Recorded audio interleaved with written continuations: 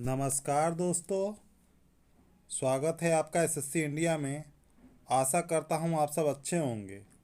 आज हम मैथ के कुछ महत्वपूर्ण क्वेश्चन को डिस्कस करेंगे जो SSC, GD, constable, railway, bank या अदर गवर्नमेंट कॉम्पिटिटिव एग्ज़ाम में बार बार रिपीट होते हैं।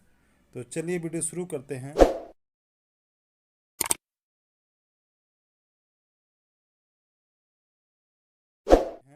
फर्स्ट क्वेश्चन है,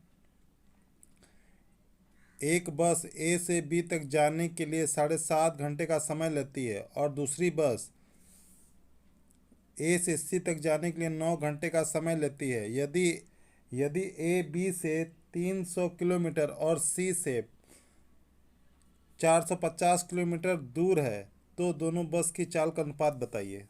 तो चलिए क्वेश्चन लगाते हैं। देखिए, दो बस है, बस 1 और बस 2।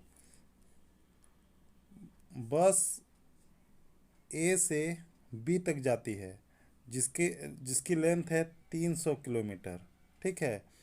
और बस 2 जो है ए से सी तक जाती है जिसकी लेंथ है 450 किलोमीटर।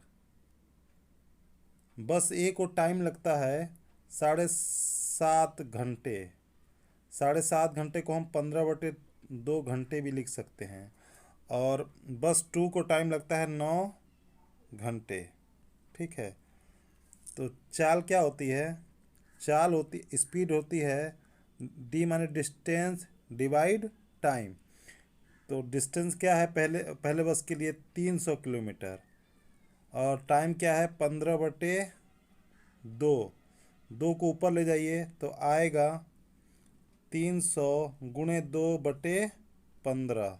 15 से काट दीजिए, 30 को 2 बार में जाएगा तो चाल हो जाएगी 40 किलोमीटर पर आवर।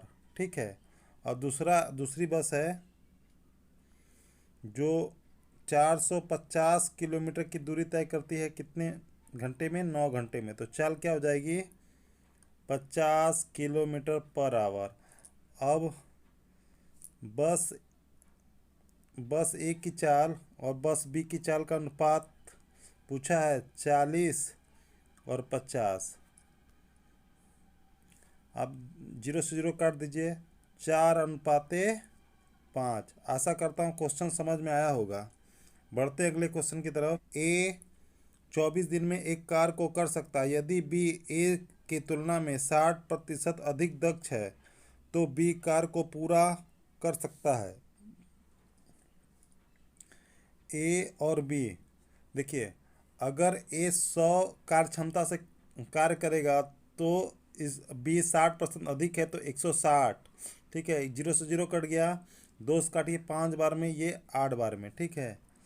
और ए किसी काम को 24 दिन में करता है तो पूरा काम कितना होगा? टोटल वर्क हो जाएगा 5। ए 5 से 24 दिन में करता है तो 120 कार। अब 120 कार को बी के द्वारा कराना है तो 120/8। 120/8। 8 से काट दीजिए, 15 दिन लगेंगे। आशा करता हूँ ये क्वेश्चन आपको समझ में आया होगा।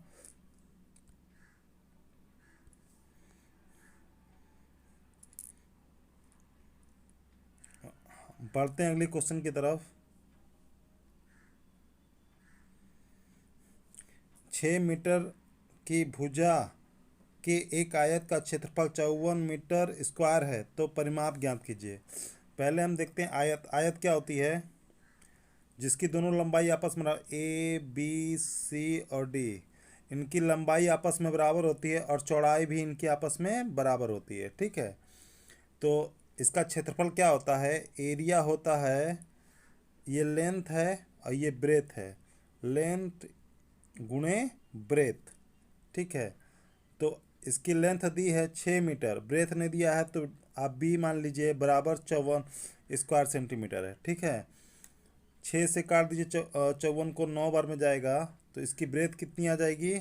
ब्रेथ आ गई 9 सेंटीमीटर। ठीक है। अब इसका परिमाप पूछा है तो परिमाप क्या होता है?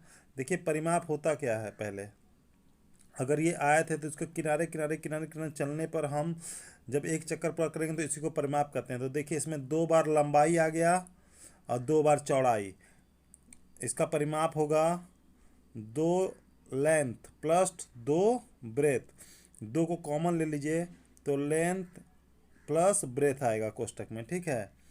आपको लेंथ भी पता है, ब्रेथ भी पता है। 2 लेंथ है आपके पास 6 और ब्रेथ है 9, तो 6 और 9 कितना हो गया 15। 15 का 2 में गुणा कर दीजिएगा तो 30 सेंटीमीटर। आशा करता हूँ ये क्वेश्चन भी आपको समझ में आएगा। पढ़ते हैं हम अगले क्वेश्चन की तरफ। अगला क्वेश्चन है 24,000 रुपये पर 3 वर्षों के लिए 15% वार्षिक ब्याज दर पर चक्रवृद्धि ब्याज ज्ञात कीजिए। तो चलिए क्वेश्चन बनाते हैं। P बराबर है में हमारा 24,000 रुपये,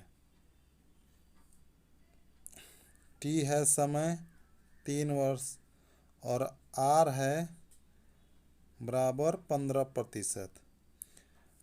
आपको एक टेबल पता होगा, जैसे 2 वर्ष का निकालना है 2 1, 3 वर्ष का निकालना है 3 फिर 3 फिर 1, 4 का निकालना है तो 4 6 4 1, ठीक है। तो इसी टेबल पे हम इसको रखेंगे। ये 3 वर्ष का निकालना है तो इस वाला टेबल पे इसको रखेंगे, ठीक है। 24,000 का 15% निकाल लीजिए पहली बार। 0, 15 चौके 60, हासिल से 15 दूनी 30 और हासिल 6 36, 3,600 रुपये, ठीक है। अब जो 3600 आया है उसका फिर आप 15% निकाल लीजिए। 15% बटा 100, 2 जीरो से 2 जीरो कट गया, 15 छक्के 90, 0 15 तिया 45 और 9 54, 540 रुपये। अब ये 540 जो आया है इसका भी आपको 15% निकालना होगा। 15/100, 1 जीरो से 1 जीरो कट गया, 15 5 15, 5 दूनी 10, ठीक है। और 2 1 कम 2, 54 काट दीजिए 27 बार में, तो 27 यहाँ कितना होता है 81। अब आप इस टेबल पे आप पुट कर दीजिए 3 3 1। पहले 3600 आया था ना, उसको 3 से गुणा करिए तो आपके पास आ जाएगा 2 जीरो, 3 छक्के 18, 3 त्रिके 9, 1 10, 10,800 रुपये। फिर आपके पास आया था 540 रुपये, इसका भी 3 से गुणा कर दीजिए तो आपको होगा 0 4 3 12 और 5 3 15 1 16, ठीक है। और आपका लास्ट में आया था 81 रुपये, इसका 1 से गुणा कर दिए तो 81। अब इनको आपस में जोड़ दीजिए 1 8 2 10, 8 6 14, 1 15, 1 1 2, 15,501 रुपये। आशा करता हूँ आपको क्वेश्चन समझ में आया होगा। बढ़ते हैं अगले क्वेश्चन की तरफ।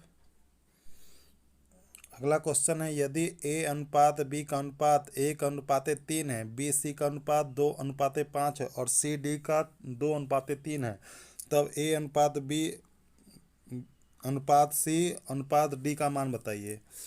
तो ऐसे क्वेश्चन को करने का आसान तरीका क्या होता है, चलिए इसको देखते हैं।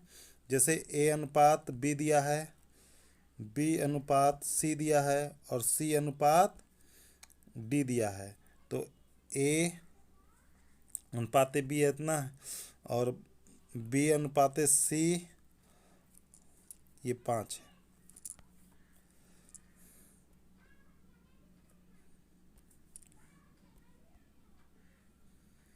और सी अनुपात डी दिया है 2:3।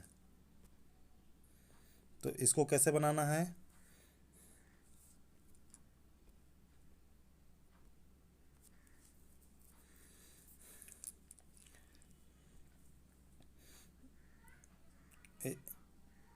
ए अनुपात बी, बी अनुपात सी और सी अनुपात डी, इनका मान निकालना है, ठीक है। अगर आप इन सब का आपस में गुणा कर देंगे तो ए मिल जाएगा।